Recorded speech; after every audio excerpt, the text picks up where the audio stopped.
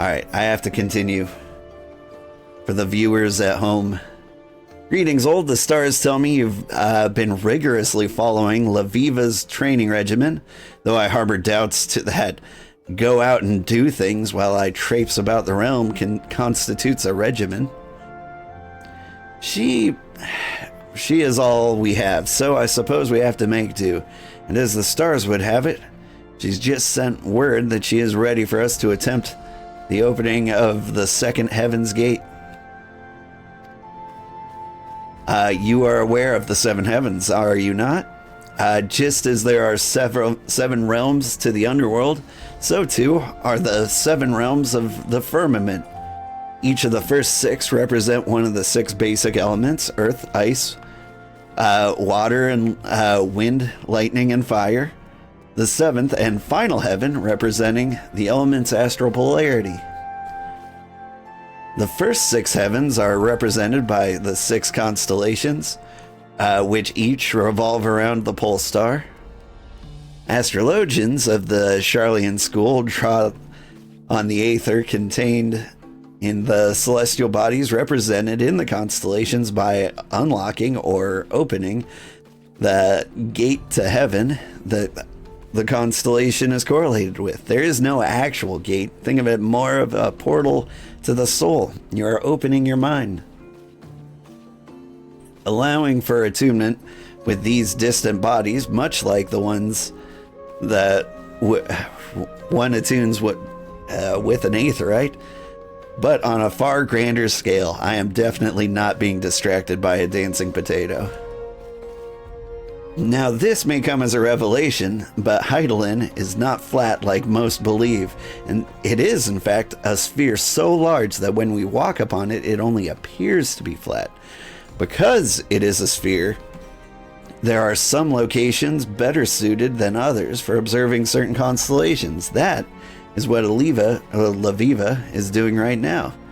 Finding a location in which the next Heaven's Gate will rise to position directly in the midheaven, where it will be easiest to attune with. And it seems she has found one, near the final prayer in Eastern Thanalin. Whew. You've gone full bunny outfit. That's your warrior outfit? Neat. Alright, you've convinced me with your dance. I shall invite you to the party. I must now find Laviva. Shoot, did he say where she was? Boop. Thanalan, that's right. To Camp Drybone.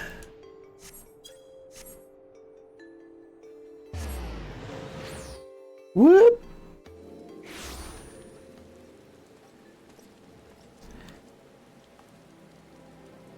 Also, are you a level 80 blue mage? I don't think I've ever met one of those.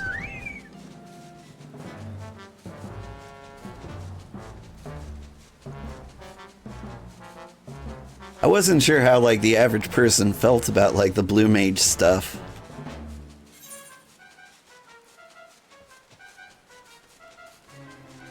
I'm flying in the general direction. Is this a way to get there?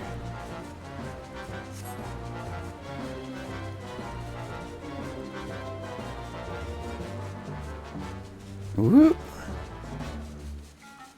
Yeah, you just hit level 80 today. Congratulations.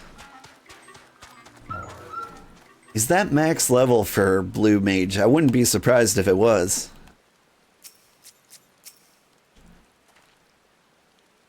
Here at last, I see. Bandits have kept poor Kimperine busy, harrying our camp since we arrived. I do believe the old man enjoys the excitement, however. I'm certain it beats whipping the arse of a noble brat whoring away his uncle's fortune while dreaming of becoming a real astrologian. I am very well capable of wiping my own arse, thank you very much, and Kimperine has never once complained about his duties. Of course he hasn't. Your uncle pays him to smile and nod, and I'm sure A comfortable position in the pillars beats chasing after cloud rats in the broom to flavor his soup.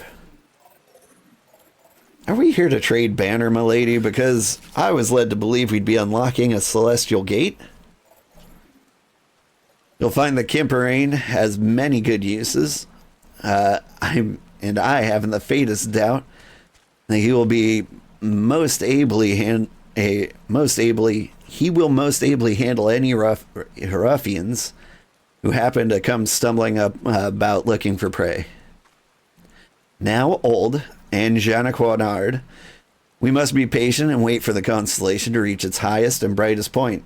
A point at which its flow of aether is the strongest in relation to Heidelin.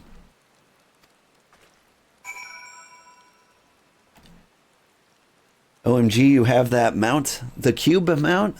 It did look cool. What are you riding on now? It's just a nice looking chocobo. Very cyberpunk. It matches your outfit.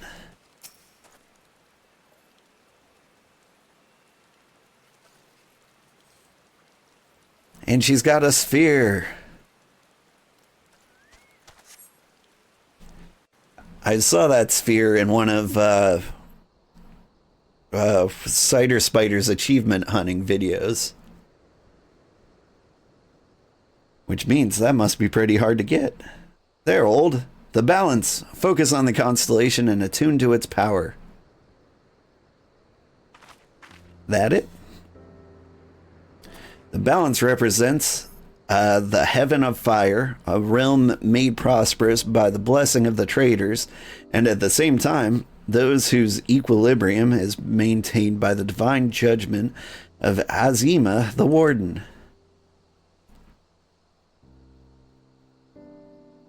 Azima's might will empower those who would take up their blades and meet divine punishment in the name of the sun goddess. I thought she was supposed to be a... Oh, no, never mind. The card is a picture of a star. But the constellation is actually her doing a backflip. And thus has the balance burned ever crimson in your heart, unlocking the gate to the second heaven.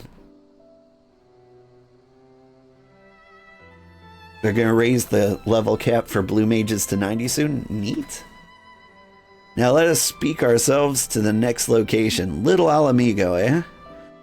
Why so soon, you ask? I would rather that I had you commit yourself to another... Would you rather I had you commit yourself to another several moons of using malefics to put down hedge moles? I thought not. Another 7 stone vigil runs would be torture. The balance blazes in the Welkin. I don't know what it's doing either. I never will. Alright. To Little Alamigo.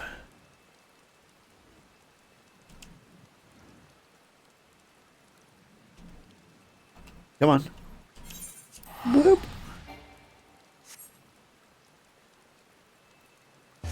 That's a cool mount. The coolest mounts I ever had were the ones you get from Golden Saucer. I don't have them on this character, but I did do my fair share of gambling while I was leveling up.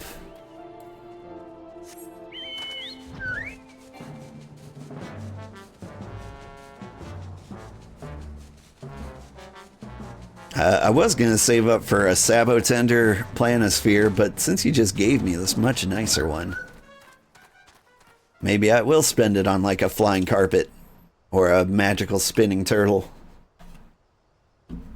That fat chocobo is amazing, right? How did I get it? By buying the collector's edition like 14 years ago. There's probably like some other way to get it, but that's how I know it got attached to my account. I've also got like several cosplay outfits. Like I think I've got Cloud Strife's gear. Hey, now that's a Sabotender. You are the entire Golden Saucer. Shoot, maybe I get one of those. Wonder how much that costs. $1 million? Be patient, old. Allow the stars to make their ascents in the mid-heaven. Survey the skies and, Alright. Well, it is dawn, so it can't be that much longer until nightfall.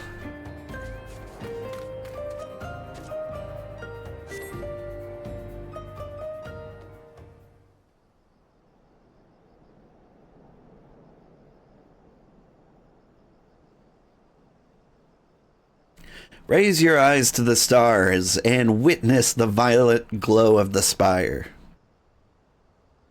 That it? You can still get the collector's edition? Does it come with all the things that like came out over the past like 17 years? However old Final Fantasy XIV is. In the third heaven rises an iron tower of spinning gears and taut springs constructed by the builder himself. It is assailed without cease by the jealous Ralgar, but the destroyer's mighty 11 bolts only serve to power the spire's clockwork soul. Very steampunk. It is through the blessings of both creation and destruction that the strength is granted to he who sees its stars rise under this sign. You have now opened the gates, and its power is yours to command. 1 million, yes. Oh, man, I guessed. I don't know if I've ever made it to 1 million. One of these days I'll win the jumbo jackpot. Using the arcana to draw upon the powers of the stars they represent, this path we walk as astrologians is called the Royal Road. It can be treacherous and fraught with peril, but it can lead men to greatness. Neat.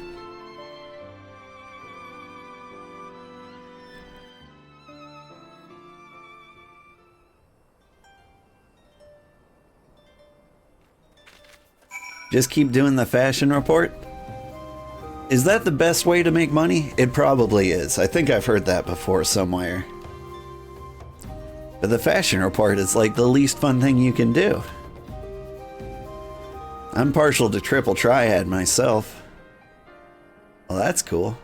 Your dragon turned into a bird.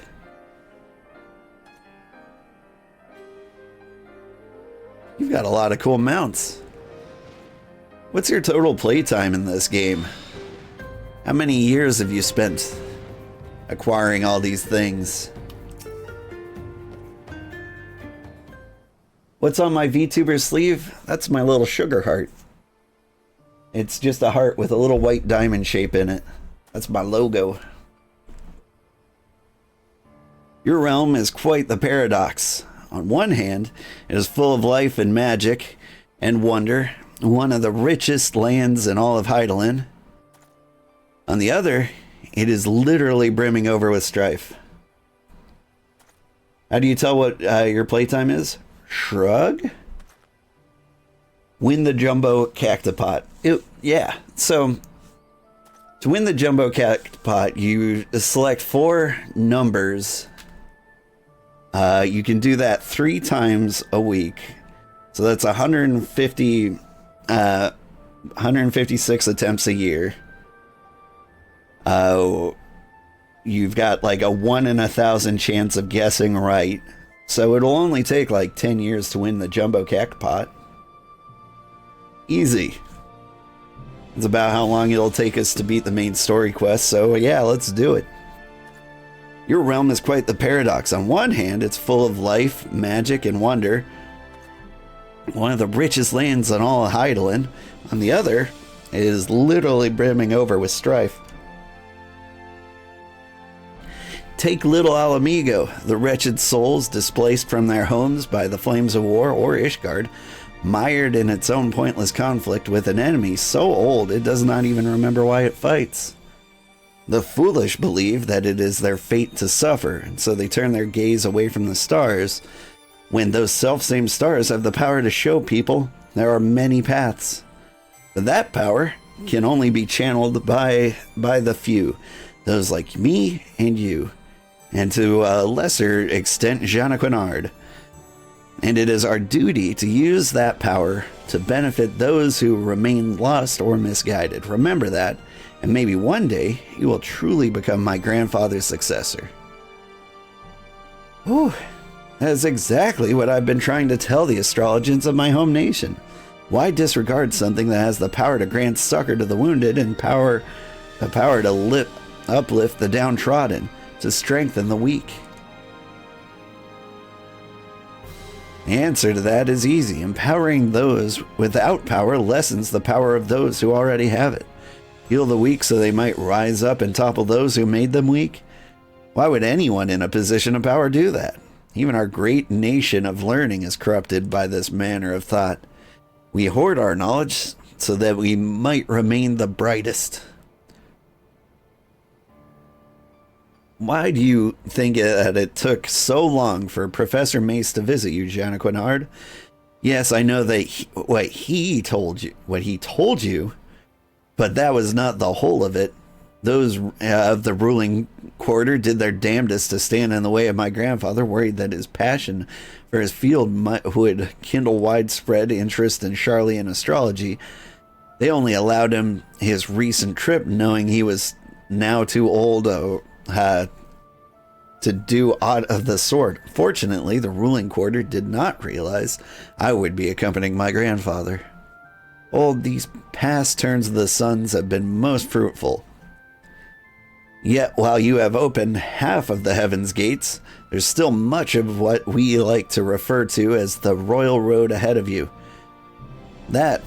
Take what you've learned here in the southern deserts and transform that knowledge into strength. If you wish to know more of the royal road, I suggest you discuss it with Jean Quinard back in Ishgard. If my grandfather is to be believed, his time transcribing tomes back at the Studium Scriptorium should have left him more than capable of handling the task. Whew.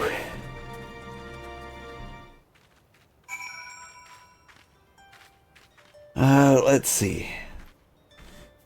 Since late Heavensward, you've never really ended your subs, so you've been playing for like many, many years. And honestly, that's really when it got really good. Hey, I recognize that sweater. That's a cable knit sweater, like the one my VTuber wears. I've actually been keeping an eye out for that one, and I've been thinking of getting it as like a casual outfit. If I ever stop to take time to actually do my glamour. Like, it's such a pretty one. Now that crown there, did that come from the Fall Guys event? Don't forget to hydrate. Good call. I'm currently drinking Celsius Tropical Vibe because it's 4 a.m. Actually 5:30 a.m. I know the term. I do know the term. I actually had to look it up when I made my VTuber. Alright. I'm heading back to Ishgard. I need to learn some more dancing emotes.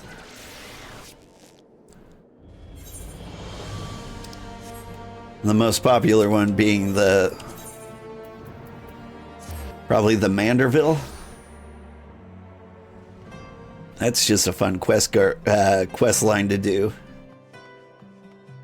I think people have mixed feelings on it, but I really liked it. Jean Quinard, you wish to know more of the Royal Road? I seem to recall it had something to do with reassessing the attribution of an arcanum before reading it, which would result in a slight alteration of predestination, or perhaps it had something to do with the kings and queens of the minor arcana. It was over a decade ago.